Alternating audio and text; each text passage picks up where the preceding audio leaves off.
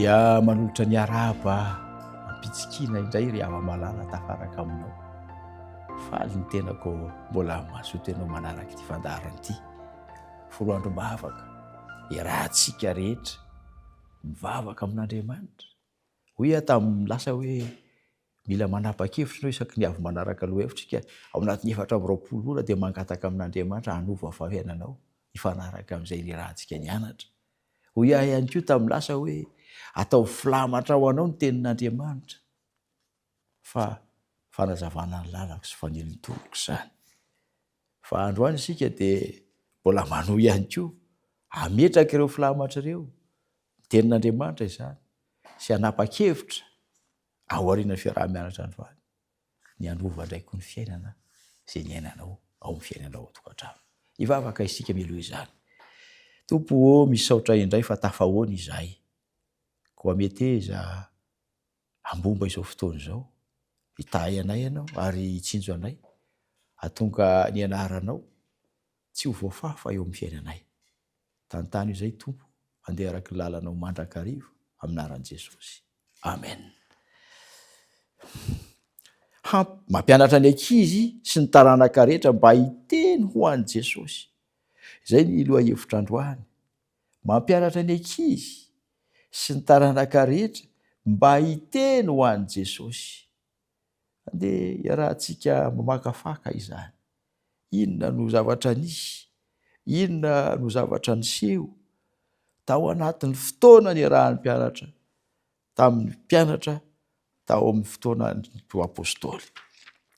Rehefa vakitsika ny asan'ny apôstôly toko 2 dia misy fanambarana mahafinaritra nambaran'i Petera mikasika ny amin'ny vanim-potoana farany izay nilalovan'izy ireo sy ho lalovanao ihany koa. Eo amin'ny asa toko 2:7 dia izao no voasoratra. Fa izao no nampilazaina an'i Joelam-paminany hoe ary amin'ny andro farany hoy Andriamanitra no andatsahako ny fanahiko amin'ny nofo rehetra. Mazava ny teny eto, tsy te hanavaka mihitsy ary tsy mametraka karazan'olona na sokajin'olona Andriamanitra fa ny nofo rehetra no tian'Andriamanitra andatsahany fanahy. Fa toy izay ilay fanambarana. Ary ny zanaka reo lahy sy ny zanaka vavinareo aminany, ary ny zatovonareo ahita fahitana, ary ny lahy antotrareo anohy. Eo amin'izay fanambarana izay dia mazava ihany koa fa tsy misy sokajy taona ny fiasan'Andriamanitra amin'ny alalan'ny fanahy. Eny hoe ity fanambarana ity, fikasan'Andriamanitra ho an'ireo zaza-biazitsika ao an-tokantrano dia midadasika lalina sy avo kokoa noho izay mety ho takatry ny saintsika voafetra. Azoko antoka fa maniry ny zanakao mba hanana diplôma ianao. Azoko antoka fa maniry ny zanakao mba mety ho lasa manan-karena ianao. Azoko antoka fa maniry ny zanakao mba ho tafita sy ho lasa mety tsy fantatro any ampitan-dranomasina, tsy fantatro izay mety fankasanao. Azoko antoka izany. Fa hoy ilay teny teo manao hoe fikasan'Andriamanitra dia midadasika lalina ary avo kokoa noho izay mety ho takatra ny saintsika voafetra. Ambony lavitra noho izay heverina ho ambony ny fihevitr'Andriamanitra ny zanakao. Ary izay no planin'Andriamanitra izany.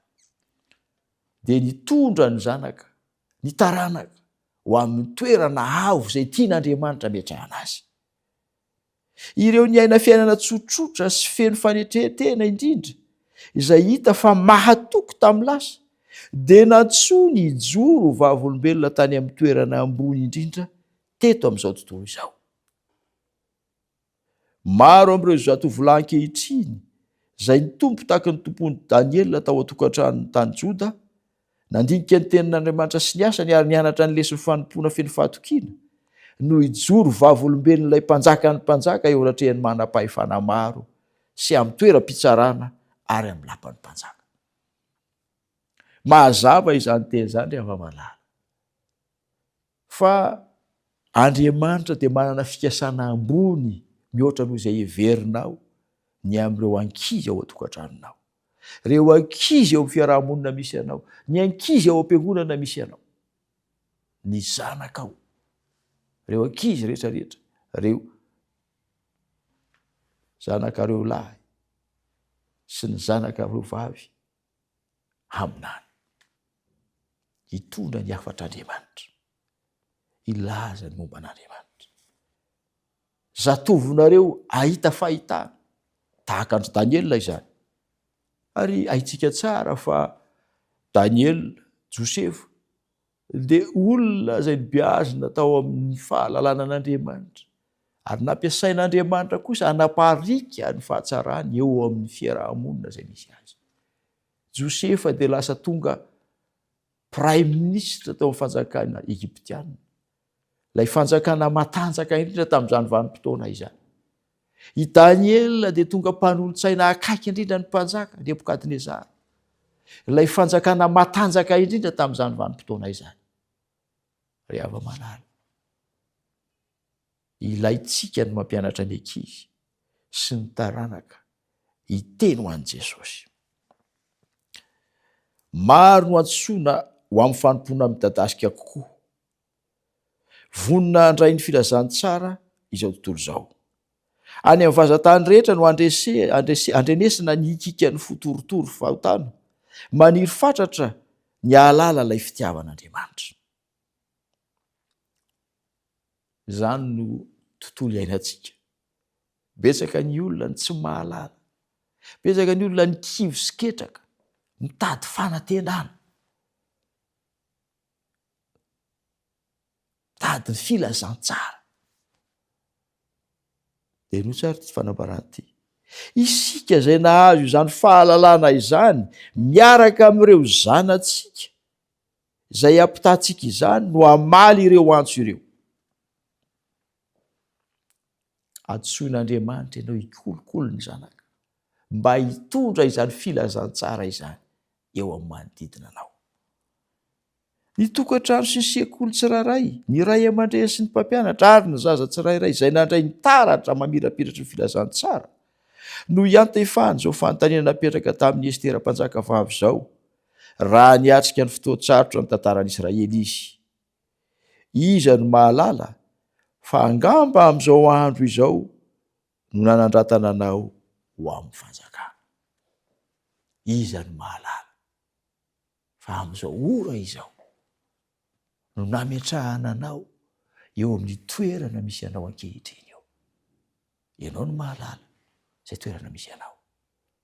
Fa mety izay no nametrahana anao eo. Hitondra ny filazantsara ho an'ny olona very mba ho voavonjy izy ireny. Mampianatra ny ankizy sy ny taranaka rehetra mba hiteny ho an'i Jesosy. Androany, antsoin'Andriamanitra ny ray aman-dreny hihevitra ny tenany ho toy ny ampiasain'Andriamanitra hampianatra ny zanany tahaka ny Abrahama mba hitandrina ny lalàn'i Jehovah. Ilain'izy ireo ny mandinika ny soratra masina mba hahalalany ny lalàn'i Jehovah ka hampianarana izany eo amin'ny ankonany. Izany no antson'Andriamanitra androany. Anapa-hevitra ve ianao hamaly izany? Hoeny? Engany hoeny ny valitenanao, fa tsy ho tsia na hisalasala. Koa andeha hivavaka ho anao ahy mba hamalinao. Eny izany antson'Andriamanitra izany. Ampianatra ny ankizy hahalala momba an'i Jesosy, hitondrany izany koa amin'ny ankizy toa azy. Hivavaka isika. Ray masino misaotra no ny amin'ny teninao. Aza tao mpiaino manadino izay. Fa tao mpiaino feno fanahy ka sainy tsoa ampianatra ny marina ao an-tokantrano. Ary sahy-jo ampianatra ny marina eny ivelany ka ny zanakay, ny taranakay dia mba ho vavolombelona koa. Ny vavaka dia angatahako sy tonoiko amin'ny anaran'i Jesosy. Amen.